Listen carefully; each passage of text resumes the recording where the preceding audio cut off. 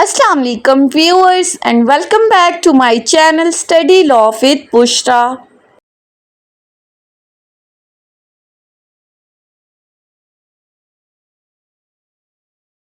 So in today's video we are going to discuss the topic of return of plaint under Civil Procedure Code 1908.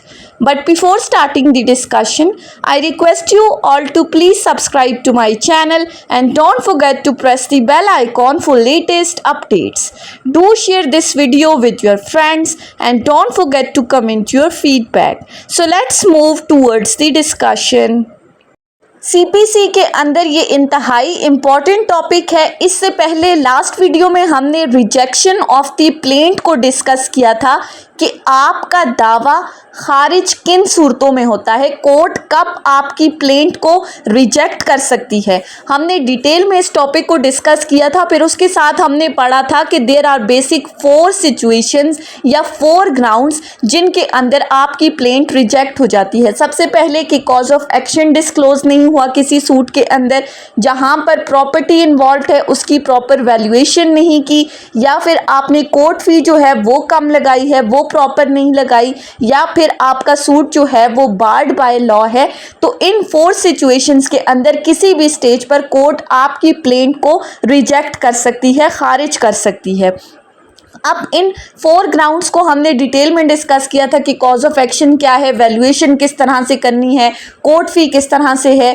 सो आज की इस video में हम discuss करेंगे कि आपका दावा कोर्ट आपको वापस कब करती है, खारिज नहीं बल्कि आपको वापस किन स्टेज पर करती है। So basically return of the plaint का जो कॉन्सेप्ट है वो जुरिस्डिक्शन ऑफ द कोर्ट के साथ इंटरलिंक्ड है कि कोर्ट का जो इख्तियार समात का दायरा है उससे रिलेटेड है ये return of the plaint.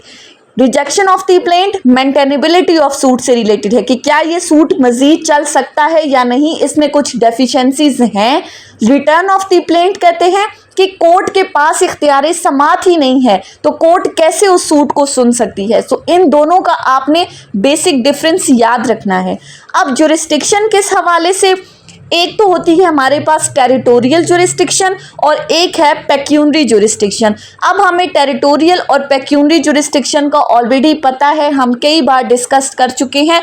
Territorial word territory से निकला है, एक एरिया से, एक इलाके से।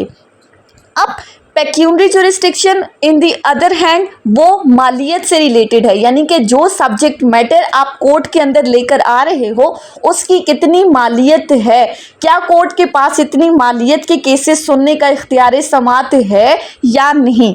अब ये जो टेरिटोरियल जुरिस्डिक्शन है ये सीपीसी के सेक्शन 15 से सेक्शन 20 तक हम डिस्कस करते हुए आए हैं कि वहाँ पर हमने कहा था कि हर सूट जो है वो इंस्टीट्यूट किया जाएगा court of the lowest grade में। फिर उसके बाद हमने देखा था कि अगर इमूवेबल प्रॉपर्टी के साथ कोई रॉन्ग हुआ है या मूवेबल प्रॉपर्टी के साथ कोई रॉन्ग हुआ है तो सूट कहाँ कहाँ पर इंस्टीट्यूट किया जाएगा, जहाँ पर प्रॉपर्टी रिजाइड कर रही है, जहाँ पर डिफेंडेंट रिजाइड कर रहा है। फिर कुछ केसेस में हमने कहा था कि जहाँ पर जुरिस्डिक्शन अनसर्टेन है तो किसी भी कोर्ट में हो सकती है।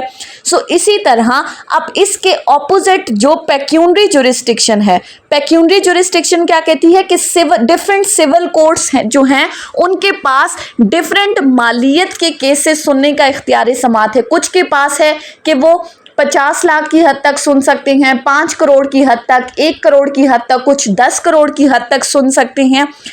अब हम एग्जाम्पल से समझते हैं इस टेरिटोरियल और पेक्यूनरी जुरिस्डिक्शन से related return of the plaint को। फॉर एग्जाम्पल ए और बी 2 पार्टीज हैं जिनका आपस में कोई डिस्प्यूट है। लेट्स सपोज ए की कोई प्रॉपर्टी है जो कि इस्लामाबाद के अंदर सिचुएटेड है, मालिक ए है लेकिन बी उसकी मलकियत को मानने से इनकार कर रहा है। अब ए के पास रेमेडी क्या है, एक कोर्ट में जाके सूट इंस्टीट्यूट कर सकता है इस प्रॉपर्टी से related.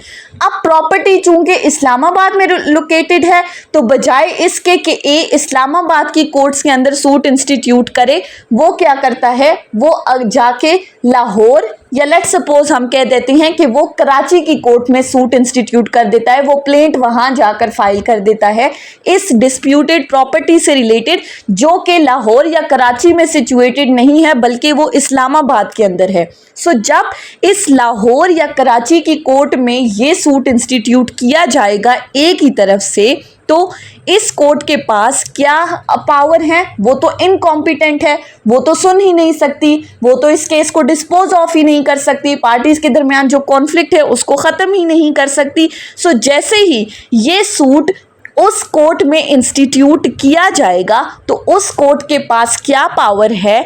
Under order 7 rule 10 of the CPC. अब यहाँ से आप इसकी रेलिवेंट प्रोविजन को लिख लें कि return of the plaint is explained under order 7 rule 10 of CPC 1908, जो कि कहता है कि जब भी आप अपना सूट किसी रॉन्ग फोरम पर इंस्टीट्यूट करेंगे तो जिस रॉन्ग फोरम पर आपने सूट इंस्टीट्यूट किया है उस कोर्ट के पास ये पावर है, वो ड्यूटी बाउंड है अंडर ऑर्डर 7 रूल 10 कि वो आपकी प्लेंट को आपको वापस करेगी और आपको ये डायरेक्शंस देगी कि आप इसे किसी प्रॉपर फोरम पे जाकर इंस्टीट्यूट करें।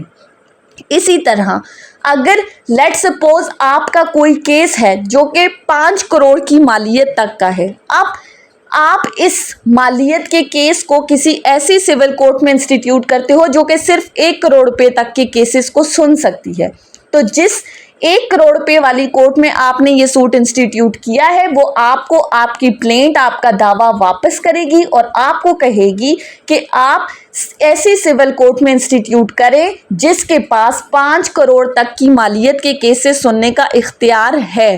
अब ये जो कोर्ट आपको प्लेंट रिटर्न कर रही है ये उसकी मैंडेटरी पावर्स हैं, वो ड्यूटी बाउंड है। ऐसा नहीं है कि उस कोर्ट की डिस्क्रिशनरी पावर्स हैं कि उसके स्वाबदीदी इख्तियारात हैं कि वो चाहे तो कुछ केसेस को सुन ले, भले वो इनकॉम्पिटेंट है, भले उसके पास जुरिस्डिक्शन है, और चाहे तो कुछ केसेस को रिटर्न कर दे, बल्कि ऐसा नहीं है।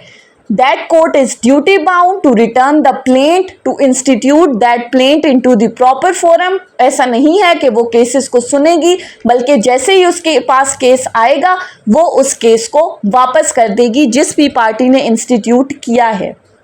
अब जब ये कोर्ट आपको आपकी प्लेंट रिटर्न करेगी तो बाकायदा वो एक ऑर्डर लिखेगी और ऑर्डर 7 रूल 10 की क्लॉज 2 ये कहती है कि जब भी कोर्ट आपकी प्लेंट को रिटर्न करते हुए ऑर्डर पास करेगी तो उसके लिए मैंडेटरी है कि वो अपने ऑर्डर में क्या क्या चीज़ें लिखेगी। सबसे पहली, date of institution of the suit, जिस दिन आपने वो सूट इस रॉन्ग फोरम पर इंस्टीट्यूट किया था, इस इनकॉम्पिटेंट कोर्ट में इंस्टीट्यूट किया था, वो उसकी डेट लिखेगी। डेट ऑफ द रिटर्न, जिस दिन वो आपको ये दावा वापस कर रही है उस दिन की तारीख, और साथ ही साथ जो पार्टी इस प्लेंट को इस रॉन्ग फोरम पर लेकर आई है उसका नाम, और लास्ट में brief statement of the reasons, वो रीजंस बताएगी कि वो किस वजह से इस प्लेंट को वापस कर रही है, यानी कि वो जुरिस्डिक्शन से रिलेटेड, चाहे वो टेरिटोरियल जुरिस्डिक्शन से रिलेटेड है या पेक्यूनरी जुरिस्डिक्शन से रिलेटेड है, वो अपने ऑर्डर के अंदर वजह बताएगी कि उसने क्यों आपकी प्लेंट को वापस किया है, वो क्यों इनकॉम्पिटेंट है, वो क्यों इस केसेस को नहीं सुन सकती। अब कोर्ट ने ऑर्डर पास कर लिया तो क्या आप इस ऑर्डर को चैलेंज कर सकते हो? So the answer is yes.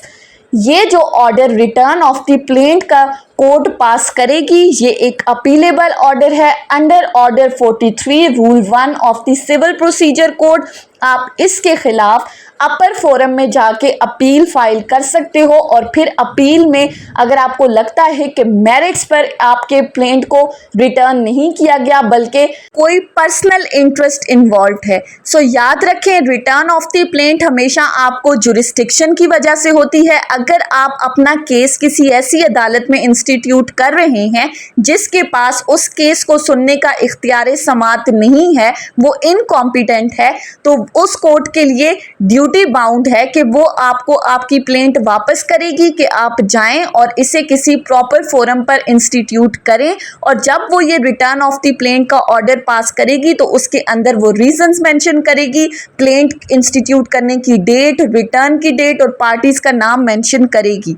So Rejection of the plaint is always concerned with the maintainability of the suit, and return of the plaint is always concerned with the jurisdiction of the court. So ये थी हमारी आज की discussion. I hope कि आपको ये lecture समझ में आया होगा.